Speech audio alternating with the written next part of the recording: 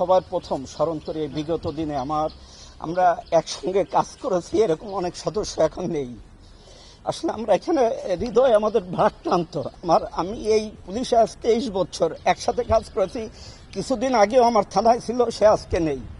আসলে আমাদের পুরো পরিবার, আমার পুরো পুলিশ সদস্য, আমরা সত্যিকারের ট্রমাটাইজড। তার ভিতরে আমরা আসলে জনগণের প্রয়োজনেই কাজ করি। থামে না তো দাগ হয় কিভাবে? এই যে ভাবি, দাগও যাবে রাগও যাবে। নিম চাকা সুপার হোয়াইট। আমাদের ব্যর্থতা অনেক সময় আমরা জনগণকে বুঝাইতে পারি না। আজকেও ফিরে আসা কিন্তু জনগণের জন্যই। জনগণ প্রয়োজন বোধ করছে যে পুলিশ না থাকলে কি হচ্ছে, সেই প্রয়োজনে এই ফিরে আসা। আমি ধন্যবাদ জানাই সেনাবাহিনীকে।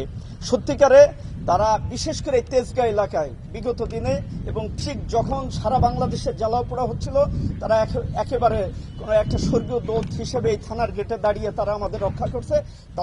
তাদের প্রতি আমার এই থানার পক্ষ থেকে কৃতজ্ঞতা। আর আমরা আসলে সত্যিকারের স্বল্প পরিসরে, যেহেতু আমরা সবসময় কমান্ডে কাজ করি, একটা চেন অফ কমান্ড কাজ করে, আমরা এর আগেও যা করছি অর্ডারে করছি, আজকেও অর্ডার করেছে, তাই আমি থানায় চলে আসছি। এখনো আমার অনেক সহকর্মী কান্না করতেছে, আসতে পারছে না।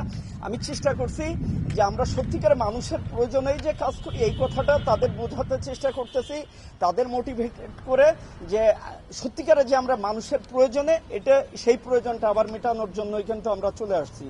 তাই সবাইকে ধন্যবাদ। আমরা চেষ্টা করব এবং জনগণকে বলবো আমাদের রাস্তায় নেওয়ার জন্য। আর অনেক সময় বুঝে না মেসেজটা, আমরা যেটা বুঝাইতে চাই আসলে আমাদের ব্যর্থতা, এখন আমরা মানুষের রাস্তায় যেতে পারিনি, এটা আমাদের ব্যর্থতা।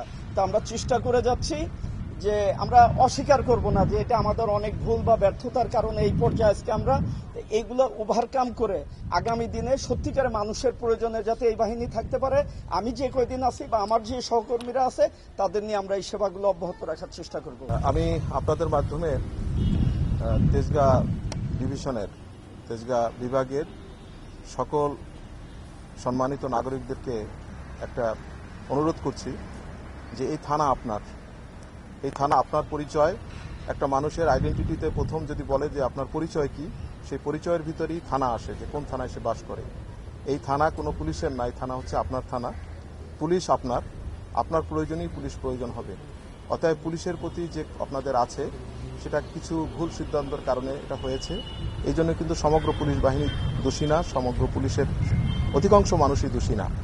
আপনারা যা হয়েছে, আপনারা পুলিশের দোষ ত্রুটি এটা ক্ষমা সুন্দরভাবে দেখেন, কারণ এই থানা আপনাদের, পুলিশও আপনাদের। পুলিশ আপনাদের খুবই প্রয়োজন।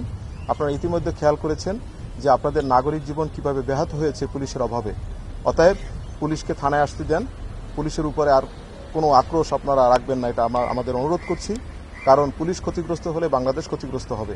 পুলিশকে আবার নতুন ফরমেশনে আনার জন্য কাজ করার আপনাদের পরিবেশ তৈরি করে আপনাদেরকে দিতে হবে। অতএব আপনাদেরকে সবাই, সুনাগরিক যারা আছেন সবাইকে আমি রিকোয়েস্ট করছি, আপনারা প্রত্যেকটা থানাকে পুলিশের জন্য কাজের উপযোগী করে দিবেন। আমি আপনাদের মাধ্যমে আমি আমাদের দেশের সকল সম্মানিত নাগরিকদেরকে আমি এই অনুরোধ করছি।